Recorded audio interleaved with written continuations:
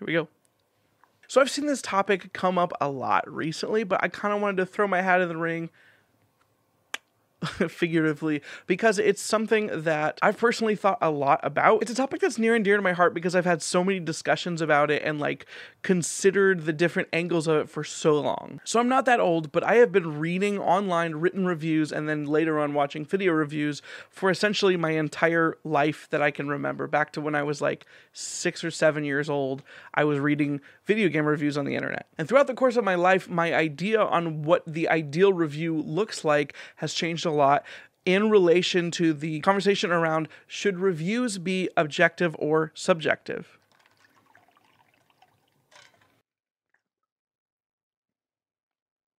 Hopefully that doesn't show up on my shirt in the shot. We'll see. Ooh, it's chilly though. Because I feel like anytime you are looking at reviews online or you're watching a video review, you will see someone give a very strong opinion, pro or con, on something, and you will look into the comments and you will see someone saying, you are being too subjective in your review, we are looking for an objective review. And early on in my review partaking career, I actually totally agree. I was like, hey, I don't want to hear your opinion on this. I want you to tell me, is the thing good or bad? Is this part of the thing good or bad? As a consumer report style review, is the thing worth partaking in or not worth partaking in? If I'm going to pick up a book that you're reviewing, does the book read good or bad? Does it handle different elements good or bad? Is the world building good or bad? Do the characters handle good or bad? I want to know the objective stats. How does it look? And I can completely empathize with that desire because I think it makes sense. Like when we are looking on whether we want to buy a book or a movie or whatever, it totally makes sense that you would like to see what the objective consensus is on the thing. If you're a lifelong connoisseur of something, you may want to know, like, how does it hold up compared historically to other major works in that medium? Is this a very good fantasy book compared to the classics, the majors in the field? How does this sci-fi book handle the theme of whatever it's talking, AI becoming sentient compared to other AI becoming sentient books? Because to a crowd looking for that type of information, that is extremely valuable. To someone that's very well known in a field, the idea of looking for a review that covers the wide, larger spanning comparisons, maybe that's what you need. But the older that I've gotten and the more that I have tried to branch out into different fields of art, the more I have come to the conclusion that, one, I don't think completely objective reviews of things can exist. Two, I think trying to be too objective in your observation of things might be problematic. And three, the most objective factors of a review may be interesting and useful in some facets, but are not actually useful for what you probably want out of something. First off, I want to hit that point of, do objective reviews actually exist of art specifically? And I honestly just think that the answer is no. No matter how well read someone is in a genre or in a field, the only basis by which someone can use to judge the quality of something is their own personal experience. Someone who has read thousands of books may have a completely different type of experience in general than someone who has read 10 books in their life. But no matter how many books someone has read, the review that they produce, the reflection on the thing that they have just experienced, will always be subjective to their experiences, and the way that they feel things, the way they perceive the world, potentially their worldview, is completely going to be biased by those things. I want to also backtrack and say that there is value in this, right? If someone has read thousands of books and they come up and they say, this book feels unique because it does something that's never been done before, are they more likely to be right about a statement like that because they are more well read? And the answer is yes.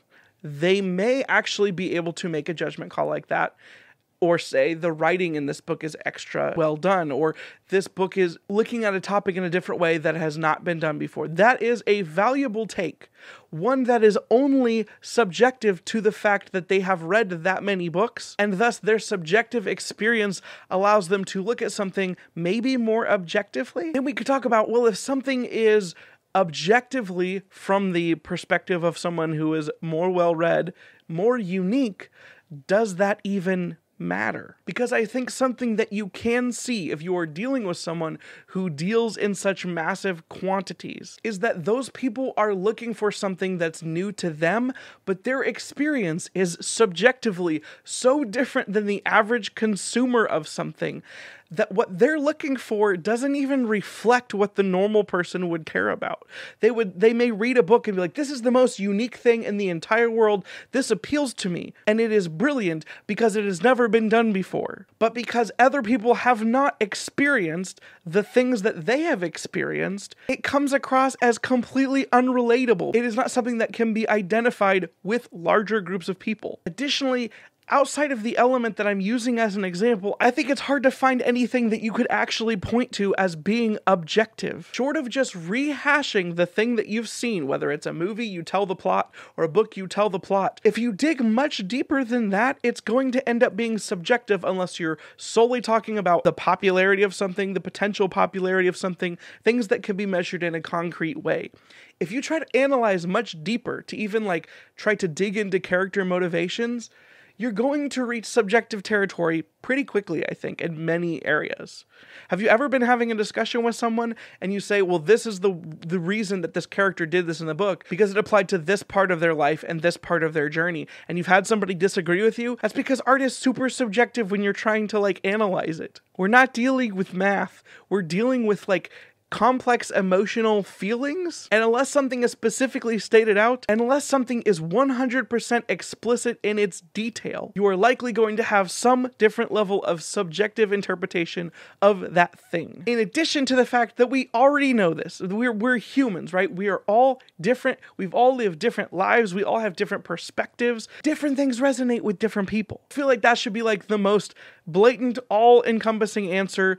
No matter what happens, you are different than every other person. So no matter how objective you try to be, your experience is your experience, and it's going to be marred entirely by the things that you've seen and done and been and the way that you perceive and feel things. We could probably spin this into some discussion of is there even free will, or are we just a product of everything that we've ever been associated with? I do not have time for that conversation right now. So why do I think that trying to be too objective in your review standards could be potentially problematic? One of my primary reasons is that in practice, the more objective you try to be in your reviews, or the more objective you try to be in your standards of looking for things, by default, the more gatekeepy you have to be. The de facto standard for objectivity when it comes to things like that then becomes who has read the most, who has heard the most music, who has played the most video games, who has watched the most movies. Because at that point, the only thing that you can use outside of sales numbers as a point or frame of reference is comparing it to other things. In which case, if someone has read tens of thousands of books and someone has read 100 books and you're looking for the objective opinion on something, the person that has only read 100 books is essentially useless in that context because they just don't know anything. So why would you listen to the person who's only read 100 books? Their opinion doesn't matter. Because the only opinion that does matter is the person who's the most knowledgeable, the closest to objectivity we could possibly reach. And at that point, why even argue with if somebody who has read tens of thousands of books says, this is the statement of fact on said thing, there is no point to argue against that. There's nothing you can say to tear down what they've said because their facts stated Their opinion, stated as facts from an objective perspective, means that they cannot be critiqued unless they are being critiqued by someone of equal or greater knowledge than them in said field. And because we're dealing with art, this isn't like science or some concrete thing. It's all freaking subjective. It just completely comes down to how you feel about the thing you interacted with. Someone very well read in a field can say, this book has so many references to classic literature. It does so many wonderful things. It does all of these symbolisms that are wrapped into this thing, and here's what it means, can come out with a review and say those things. And that could be useful information to people that care. But it can very easily turn into the type of thing where if you have not read those sorts of things and you try to read a book and you don't understand it, you can be easily judged. That isn't to say that people can just have wrong takes on books. I'm not talking about opinions. I'm talking about misinterpreting or misunderstanding something that's clearly stated. We live in the age of the internet. Anyone can say anything about anything. That doesn't make it right. The other potentially problematic point that I like to talk about when it comes to objectivity in reviews is something that I've probably been guilty of, but I'm going to go ahead and talk about it anyway. One of my pet peeves is when someone who does not understand a subculture tries to prescribe knowledge about that subculture to those people without knowing. Let me break it down. Let's pretend, for instance, that I don't like country music, which I kind of don't, but we'll see. You know, I've mellowed out a little bit over the years, but let's just pretend that I hate country music.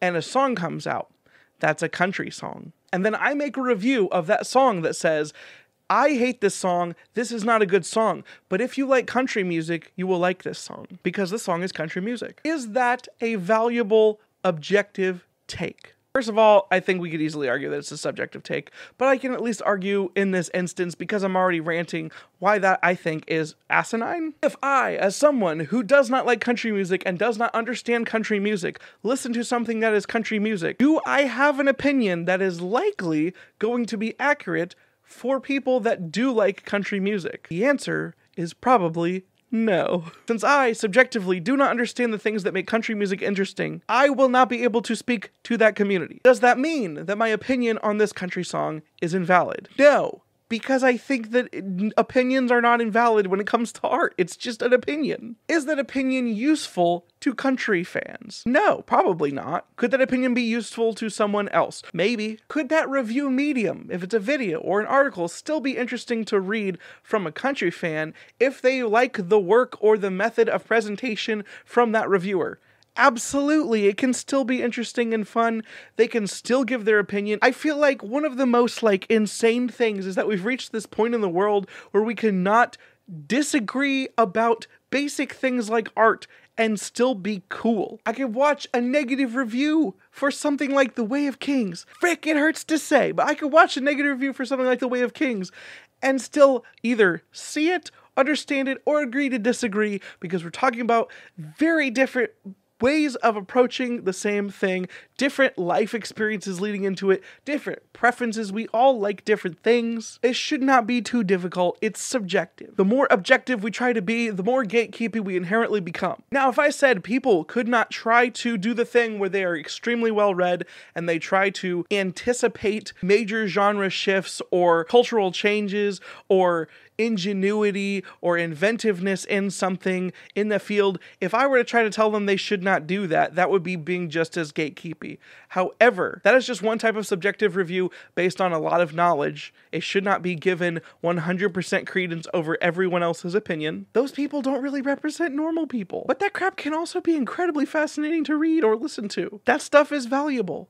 The same way that if you are watching this video right now and you love a book and you decide to make the BookTube newbie tag or make a BookTube review and you upload it and you are sharing your opinion with something that resonated with you positively or negatively, that is super valid too. Is it valid in a different way? Is it useful for different things?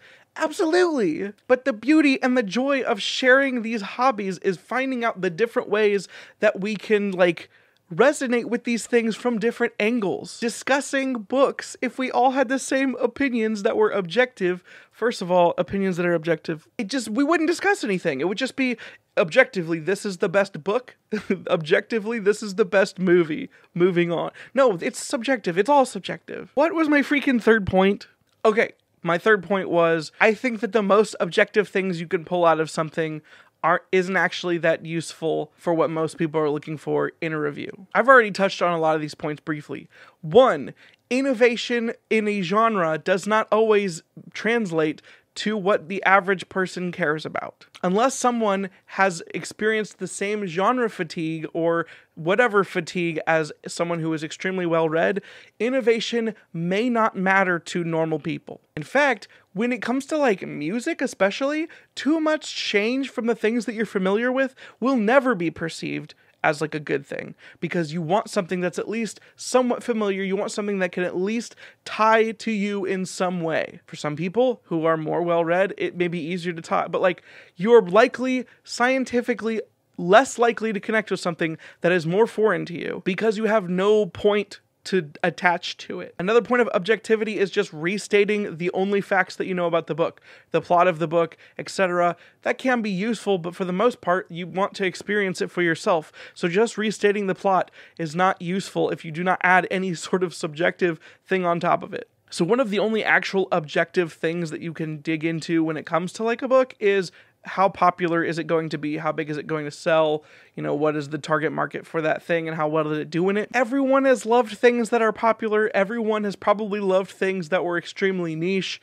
That isn't that useful. I mean, it is useful, but it's not useful the way that you normally think a review is useful unless you only like things that are popular or only like things that are not popular, both of which I think are just kind of logical fallacies. Something being popular or not popular does not make it better or worse, and it also doesn't mean that it will appeal to you just because it appeals to more people in general or less people in general. Those objective things just aren't valuable. And when I say they aren't valuable, obviously they have some value, but the average person looking for a review, that's not what they're looking for, I don't think, in today's day and age. Now, since I have talked about this so much, I'm going to go ahead and give my 2 cents on what I think value in review is, what the values of reviews are.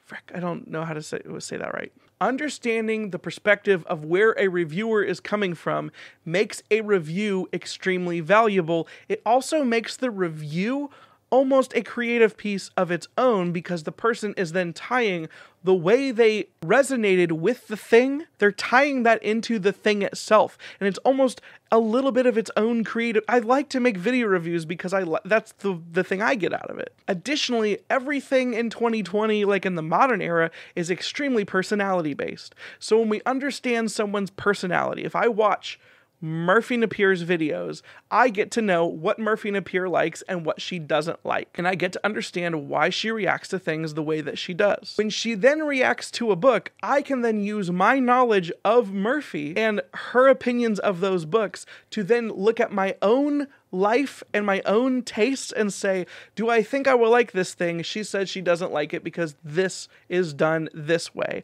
and she doesn't like that. I can make those sort of judgment calls on my own. In an influencer and personality based review structure, which is where we have essentially come down to, that I think is the most valuable knowledge to have. Understand where the reviewer is coming from.